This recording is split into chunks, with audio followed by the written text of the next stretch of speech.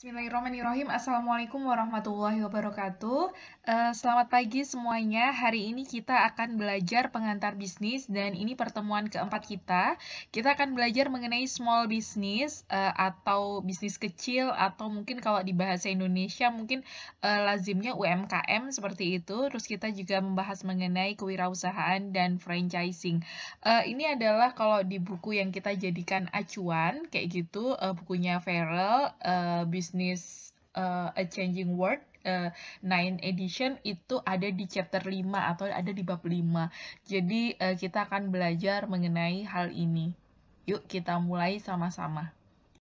Materi kita akan membahas mengenai kewirausahaan. Jadi kewirausahaan itu apa sih? Kewirausahaan itu adalah proses menciptakan atau creating dan mengelola bisnis gitu ya, business management untuk meraih tujuan yang diharapkan.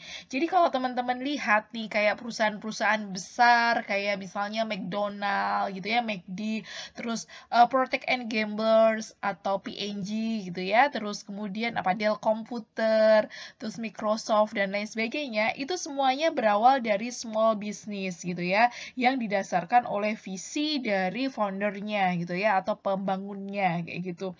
Dan entrepreneur kayak gitu ya, seorang entrepreneur itu adalah orang yang start a small business, yang memulai bisnis kecil itu kayak gitu. Terus tapi kemudian dia tuh punya kemampuan untuk melihat emerging trend atau tren yang akan berkembang ke depannya. Terus dia juga bisa melihat respon gitu ya. Terus dia juga bisa create atau membuat gitu ya perusahaan yang menyediakan produk-produk yang dibutuhkan atau yang istilahnya yang diperuntukkan untuk memenuhi kebutuhan konsumen kayak gitu. Nah, itu adalah kewirausahaan. Itu kira-kira penjelasannya kayak gitu. Di slide yang ngejelasin tentang entrepreneurship atau kewirausahaan tadi, Bu Rusana agak sedikit menyinggung mengenai small business. Small business itu sebenarnya apa sih gitu ya? Jadi small business itu adalah bisnis yang dimiliki dan dioperasikan sendiri dan dia sebenarnya tidak dominan juga dalam kompetisinya di area tersebut gitu ya. Dan dia mempekerjakan tidak lebih dari 500 orang kayak gitu. Jadi ciri-cirinya adalah seperti itu. Dia dimiliki dan dioperasikan sendiri gitu ya, terus dia juga nggak dominan dalam kompetisi di area tersebut gitu ya, sebenarnya dikuasai juga oleh perusahaan-perusahaan lain dan juga ada kompetitor-kompetitor lain juga di situ gitu ya, dan dia mempekerjakan tidak lebih dari 500 orang gitu. Jadi kalau kurang dari 500 orang itu masih namanya small business. Berikutnya kita akan ngomongin tentang SBA. SBA itu atau Small Business Administration itu sering banget kalau kita dengar kalau kita lagi ngebaca buku-buku yang internasional kayak gitu. Ini sering banget diomongin SBA. Jadi nggak ada salahnya kalau kita juga mempelajari tentang SBA. Setidaknya cuma kenalan aja sih SBA itu apa, yang sering diomongin orang itu apa kayak gitu ya. Jadi Small Business Administration itu adalah lembaga independen dari pemerintah yang menawarkan bantuan manajerial dan keuangan untuk usaha kecil atau untuk small business kayak gitu. Jadi ini biasanya ada kalau di luar negeri itu ada lembaga independen dari pemerintah yang sering menawarin bantuan manajerial atau bantuan keuangan untuk usaha kecil. Kalau di Indonesia ada nggak sih pendampingan untuk usaha kecil dari pemerintah? Kayaknya juga ada ya gitu ya. Cuman mungkin namanya bukan SBA gitu ya, bukan Small Business Administration, mungkin yang lainnya gitu. Slide berikutnya tuh ngomongin tentang why. Kenapa sih kita harus belajar mengenai small business? Kenapa sih dalam pengantar bisnis itu kita mesti istilahnya ngebahas mengenai small business ini? Emang perannya apa? Pentingnya apa gitu? Nah, di slide ini tuh kita mau ngomongin tentang peran dari small business itu apa gitu. Kalau versi buku itu ada dua peran dari small business itu. Yang pertama adalah job creation, yang kedua adalah innovation. Seperti yang kita tahu, ini yang pertama dulu ya, yang tentang job creation. Seperti yang kita tahu, pembukaan lapangan kerja itu biasanya juga dimulai dari small business ini. Jadi small business ini tuh kayak punya potensi untuk menyerap tenaga kerja. Apalagi di masa pandemi, ketika pabrik-pabrik banyak tutup. Nah, small business semacam ini, itu tuh sebenarnya berpotensi banget untuk menyerap tenaga kerja. Atau nggak pandemi deh, di kondisi normal, itu juga kayak gitu ya. Kalian punya punya small business itu memungkinkan untuk banyak orang bisa terserap di pekerjaan itu gitu ya. Jadi ini kayak job creation kayak gitu. Yang kedua itu adalah innovation. Mau nggak mau semuanya seperti tadi di slide awal-awal yang Bro Sana jelasin, perusahaan-perusahaan besar itu juga awalnya dari small business juga gitu ya, Microsoft gitu ya, Dell Computer, Procter and Gamble. Kalau kita baca sejarah-sejarahnya juga semuanya itu dimulai dari small business juga kayak gitu. Dan lama-lama menjadi semakin besar dan sekarang menjadi large business kayak gitu. Jadi bisnis yang besar kayak gitu. Nah, inovasi-inovasi ini itu tuh banyak banget terinkubasi kayak gitu ya di small business ini. Dan small business ini punya potensi untuk mengembangkan inovasi karena memang mereka itu bisa memunculkan ide-ide dengan lebih mudah kayak gitu ya. Beda dengan di perusahaan-perusahaan besar kayak gitu, istilahnya kalau misalnya mau membelokkan produk itu tuh susah gitu ya karena perusahaannya besar. Beda dengan perusahaan yang kecil gitu. Ya ibaratnya kalau kita lagi naik kendaraan gitu ya, kita pakai motor kalau belok atau melakukan sesuatu itu tuh lebih gampang dibandingkan kita pakai truk tronton yang besar gitu ya. Kalau mau belok itu pasti lebih susah kayak gitu. Nah, istilahnya seperti itu. Inovasi itu lebih cepat berkembang sebenarnya, berpotensi untuk cepat berkembang itu di small business ini. Dan berikutnya kita akan belajar mengenai keunggulan kepemilikan dalam small business gitu ya. Keunggulannya apa sih kalau kita punya small business gitu ya?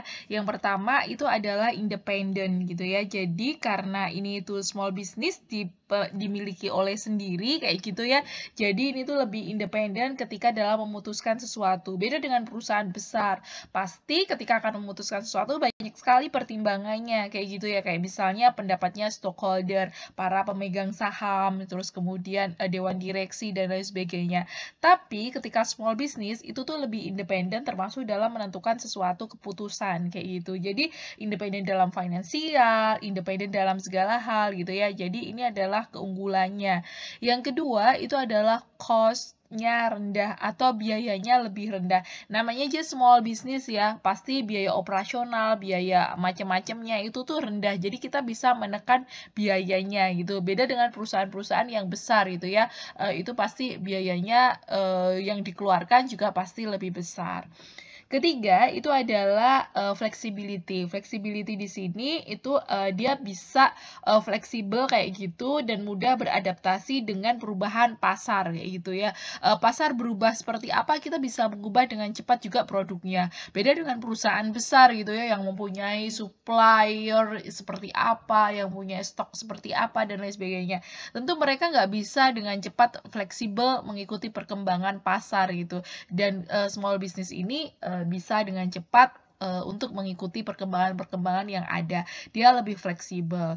Terus berikutnya yang keempat itu adalah fokus. Jadi small business ini bisa fokus ke target pasar mereka gitu ya. Fokus pada hal-hal yang lebih spesifik kayak gitu ya. Misalnya menargetkan pasar dan lain sebagainya. Mereka bisa lebih spesifik, bisa lebih fokus gitu. Dan itu yang nggak bisa dimiliki oleh perusahaan-perusahaan besar kayak gitu ya. Karena mereka jangkauannya harus pasti lebih besar dengan biaya investasi dan lain sebagainya yang lebih besar juga kayak gitu. Terus berikutnya adalah reputasi. Jadi kalau misalnya di small business ini gitu ya, mereka bisa membangun reputasi dengan cepat ya karena memang mereka kecil ya, industrinya kecil, jadi berikan jasa yang terbaik, berikan produk yang baik gitu ya, reputasi mereka akan baik gitu. Beda dengan dipegang oleh banyak orang gitu, pasti reputasi akan bergantung pada banyak faktor juga kayak gitu. Nah, karena ini usahanya kecil, maka reputasinya juga akan ditentukan oleh hal-hal yang nggak terlalu kompleks kayak gitu.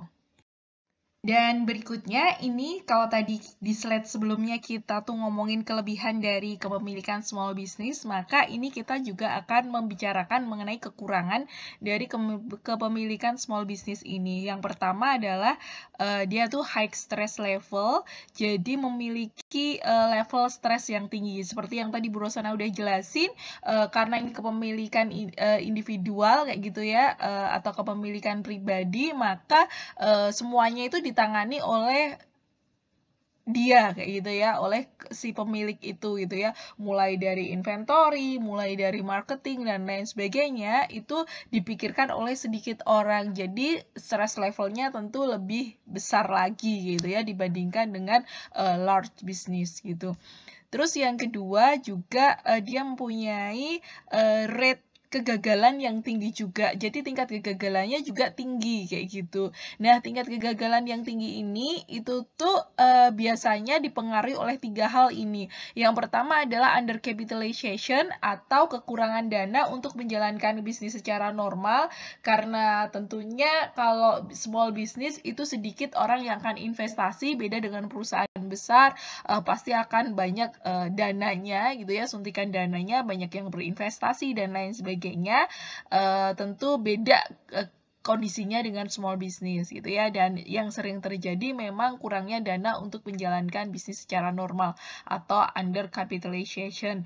Terus yang kedua itu adalah managerial inexperience or incompetence kayak gitu ya. Jadi secara manajerial dia kurang berpengalaman dan juga kurang kompeten kayak gitu. Namanya aja perusahaan kecil gitu ya, bisnis kecil. Beda dengan perusahaan besar, pasti punya sumber daya manusia yang lebih punya banyak pengalaman dan lebih kompeten gitu.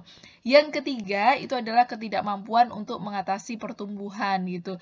Kadang juga pertumbuhan yang kecil atau pertumbuhan yang justru sangat besar kayak gitu ya. Itu biasanya dibutuhkan skill manajerial kayak gitu. Terlalu kecil otomatis manajerialnya, kemampuan manajerialnya juga harus diperbaiki. Terlalu besar, terlalu cepat melebihi kompetensi orang-orang yang ada di situ, itu juga perlu kemampuan manajerial juga. Jadi sebenarnya semuanya tuh sama kayak gitu ya. Jadi untuk mengatasi pertumbuhan kecil atau besar itu tuh harus punya capabilitas atau ability untuk menangani itu. Kayak gitu. Ini adalah tahap ketika kita mau memulai small business.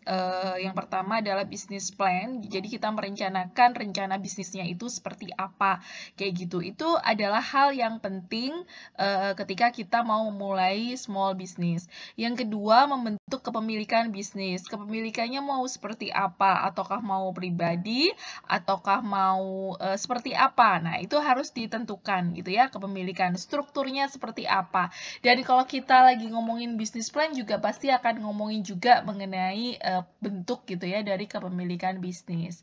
Terus kemudian yang ketiga kita juga ngomongin mengenai sumber daya keuangannya itu dari mana kayak gitu. Itu yang 3 hal ini yang perlu dipikirkan ketika kita mau memulai small business.